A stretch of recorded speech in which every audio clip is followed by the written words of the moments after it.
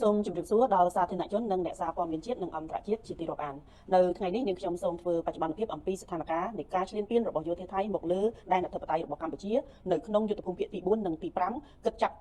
ពីនៅថ្ងៃទី15ខែធ្នូឆ្នាំ2025នេះដែលជាថ្ងៃទី9ហើយចា៎ភាគីថៃនៅតែបន្តរំលោភបំពានលើបទច្បាញ់និងសេចក្តីថ្លែងការណ៍រួមស្តីពីកិច្ចព្រមព្រៀងសន្តិភាពរវាងកម្ពុជាថៃដែលភាគីទាំងពីរបានចុះហត្ថលេខាកាលពីថ្ងៃទី26ខែតុលាឆ្នាំ2025ស្ថានភាពអំពីការគម្រាមកំហែងនិងការឈ្លានពានរបស់ភាគីថៃនៅតំបន់មួយចំនួនក្នុងដែនអធិបតេយ្យរបស់កម្ពុជាទី1ស្ថានភាពចូលមកនៅក្នុងសមរភូមិយុទ្ធភូមិភាគទី4មានសភាពស្ងប់ស្ងាត់ប៉ុន្តែកងកម្លាំងរបស់យើងនៅបន្តតាមដានយ៉ាងយកចិត្តទុកដាក់និងប្រុងប្រយ័ត្នខ្ពស់ជានិច្ចនៅក្នុងការបំពេញតួនាទីភារកិច្ចការពារអធិបតេយ្យរបស់កម្ពុជា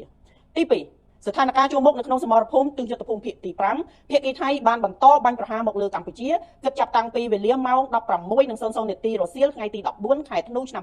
2025រហូតដល់វេលាម៉ោង 8:00 នាទីព្រឹកថ្ងៃទី15ខែធ្នូឆ្នាំ2025សូមជម្រាបជូនផងដែរថានៅរសៀលថ្ងៃវេលាម៉ោង 16:58 នាទីយោធាថៃបានបន្តបាញ់ខ្លោងចូលភូមិសាស្ត្របឹងត្រគួននៅវេលាម៉ោង 15:33 នាទីរហូតដល់ម៉ោង 18:07 នាទីយោធាថៃបានបន្តបាញ់ខ្លោងចូលក្នុងភូមិសាស្ត្រភូមិព្រៃច័ន្ទនៅវេលាម៉ោង 18:38 នាទីយោធាថៃបានប្រើប្រាស់ drone ហោះរំលោភចូលក្នុងដែនអាកាសកម្ពុជាក្នុងភូមិសាស្ត្រភូមិទួលខ្ពស់ឃុំភ្នំព្រឹកស្រុកភ្នំព្រឹកខេត្តបាត់ដំបងនៅវេលាម៉ោង 19:00 នាទីយោធាថៃបានប្រើប្រាស់ drone ហោះរំលោភចូលក្នុងដែនអាកាសកម្ពុជាក្នុងភូមិសាស្ត្រភូមិភ្នំព្រឹកឃុំភ្នំព្រឹកស្រុកភ្នំព្រឹកខេត្តបាត់ដំបងនៅវេលាម៉ោង 19:02 នាទីយោធាថៃបានប្រើប្រាស់ drone រំលោភចូលក្នុងដែនអាកាសកម្ពុជាចូលក្នុងភូមិភ្នំតាស្ដាភូមិតាស្ដាឃុំតាស្ដាស្រុកសំពៅលូនខេត្តបាត់ដំបងនៅវេលាម៉ោង 21:20 នាទីយោធាថៃបានប្រើប្រាស់ drone ស៊ើបការហោះក្តាប់សភាពការនៅក្នុងភូមិសាស្ត្រក្រោយភូមិជោគជ័យសភាពការនៅថ្ងៃទី15ខែធ្នូឆ្នាំ2025ចាប់ពីវេលាម៉ោង 1:30 នាទីរំលងអត្រាយោធាថៃបានប្រើប្រាស់ drone ទម្លាក់គ្រាប់បែកនៅភូមិសាស្ត្របឹងត្រគួននៅវេលាម៉ោង 6:55 នាទីព្រឹកយោធាថៃបានចាប់ផ្ដើមបាញ់ខ្លោងចូលភូមិសាស្ត្រភូមិព្រៃច័ន្ទនៅវេលាម៉ោង 7:00 នាទីយោធាថៃបានចាប់ផ្ដើមបាញ់ខ្លោងចូលភូមិសាស្ត្រភូមិជោគជ័យនៅវេលាម៉ោង 7:10 នាទីយោធាថៃបានចាប់ផ្ដើមប្រើប្រាស់កាភ្លើងធំបាញ់ចូលក្នុងភូមិសាស្ត្រអូភ្លុកដំរីនៅវេលាម៉ោង 7:14 នាទីយោធាថៃបានចាប់ផ្ដើមបាញ់ប្រហារដោយកាភ្លើងធំចូលក្នុងភូមិសាស្ត្រឃុំថ្មដានៅវេលាម៉ោង 7:44 នាទីយោធាថៃបានប្រើប្រាស់ drone ពំក្បាលគ្រាប់ទម្លាក់លើភូមិសាស្ត្រច្រកជ័យជំនះចំពោះស្ថានភាពនៅភូមិសាស្ត្រដទៃផ្សេងទៀតមានសភាពស្ងប់ស្ងាត់កងកម្លាំងរបស់យើងបន្តតាមដានដោយយកចិត្តទុកដាក់និងប្រុងប្រយ័ត្នខ្ពស់ជានិច្ចក្រសួងការពារជាតិកម្ពុជាសូមធ្វើការច្រានចោលចំពោះការផ្សព្វផ្សាយព័ត៌មានคล้ายៗបំភ្លៃខុសពីការពិតទាំងស្រុងរបស់ភាគីថៃដែលបានចោទប្រកាន់លាបពណ៌មកលើកម្ពុជាផ្ទុយស្រឡះពីការពិតទាំងស្រុងក្រសួងការពារជាតិកម្ពុជាសូមធ្វើការបញ្ជាក់ជូនសារជាថ្មីថាគោលដៅនៃការវាយការពារខ្លួនរបស់កម្ពុជាគឺផ្ដោតតែលើគោលដៅយោធាថៃប៉ុណ្ណោះមិនសំដៅលើគោលដៅជនស៊ីវិលឬក៏ទីកន្លែងស៊ីវិលណាមួយឡើយប៉ុន្តែមានតែភាគីថៃទេដែលធ្វើការវាយប្រហារមកលើទីតាំងប្រជាជនស៊ីវិលរបស់កម្ពុជាដោយមិនរើសមុខមិនរើសគោលដៅដែលបានធ្វើឲ្យប្រជាជនស៊ីវិលស្លូតត្រង់របស់កម្ពុជាបានបាត់បង់ជីវិតគិតមកដល់ពេលនេះមានចំនួន11នាក់ក្នុងនោះមានទារកមួយរូបផងដែរនិងបង្កឲ្យមានរបួសចំនួន59នាក់គិតត្រឹមថ្ងៃទី14ខែធ្នូឆ្នាំ2025ហើយអ្វីដែលគួរឲ្យកត់សម្គាល់បន្ថែមទៀតនោះគឺថាការចំនួននៃការប្រើប្រាស់យន្តហោះចម្បាំងទម្លាក់គ្រាប់បែក F16 និងការប្រើប្រាស់គ្រាប់បែកចង្កោមរបស់យោធាថៃវាយប្រហារមកលើកម្ពុជាមានចំនួនកាន់តែកើនឡើងជាលំដាប់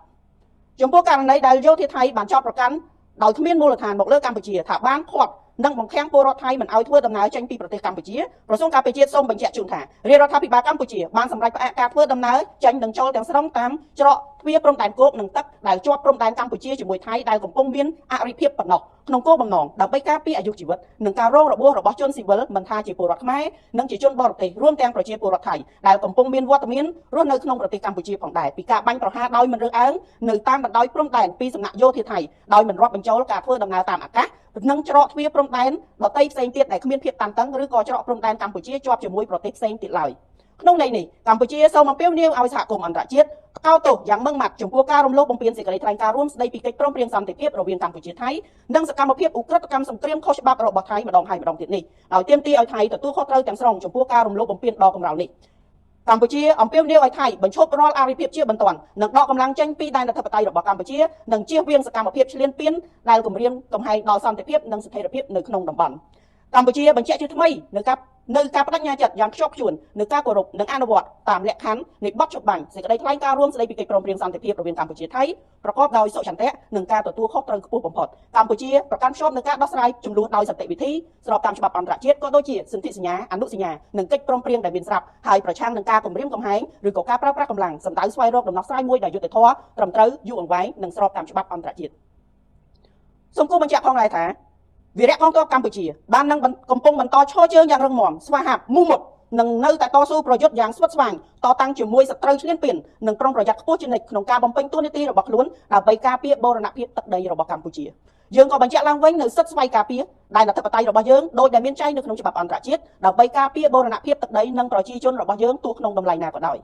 សូមប្រជាពលរដ្ឋទាំងអស់បន្តជឿជាក់និងលើកទឹកចិត្តដល់វីរៈកងទ័ពដ៏អង់អាចក្លាហានរបស់យើងដែលកំពុងប្រយុទ្ធតស៊ូយ៉ាងខ្លាំងក្លានៅគ្រប់សមរភូមិទាំងអស់រាជរដ្ឋាភិបាលកងទ័ពនិងប្រជាជនរួបរวมគ្នាជាធ្លុងមួយក្នុងការការពារទឹកដីសេចក្តីថ្លៃថ្នូរនិងអធិបតេយ្យរបស់យើងដោយអង់អាចក្លាហាននិងមិនងាករេជាដាច់ខាតទោះក្នុងកលៈទេសៈណាក៏ដោយ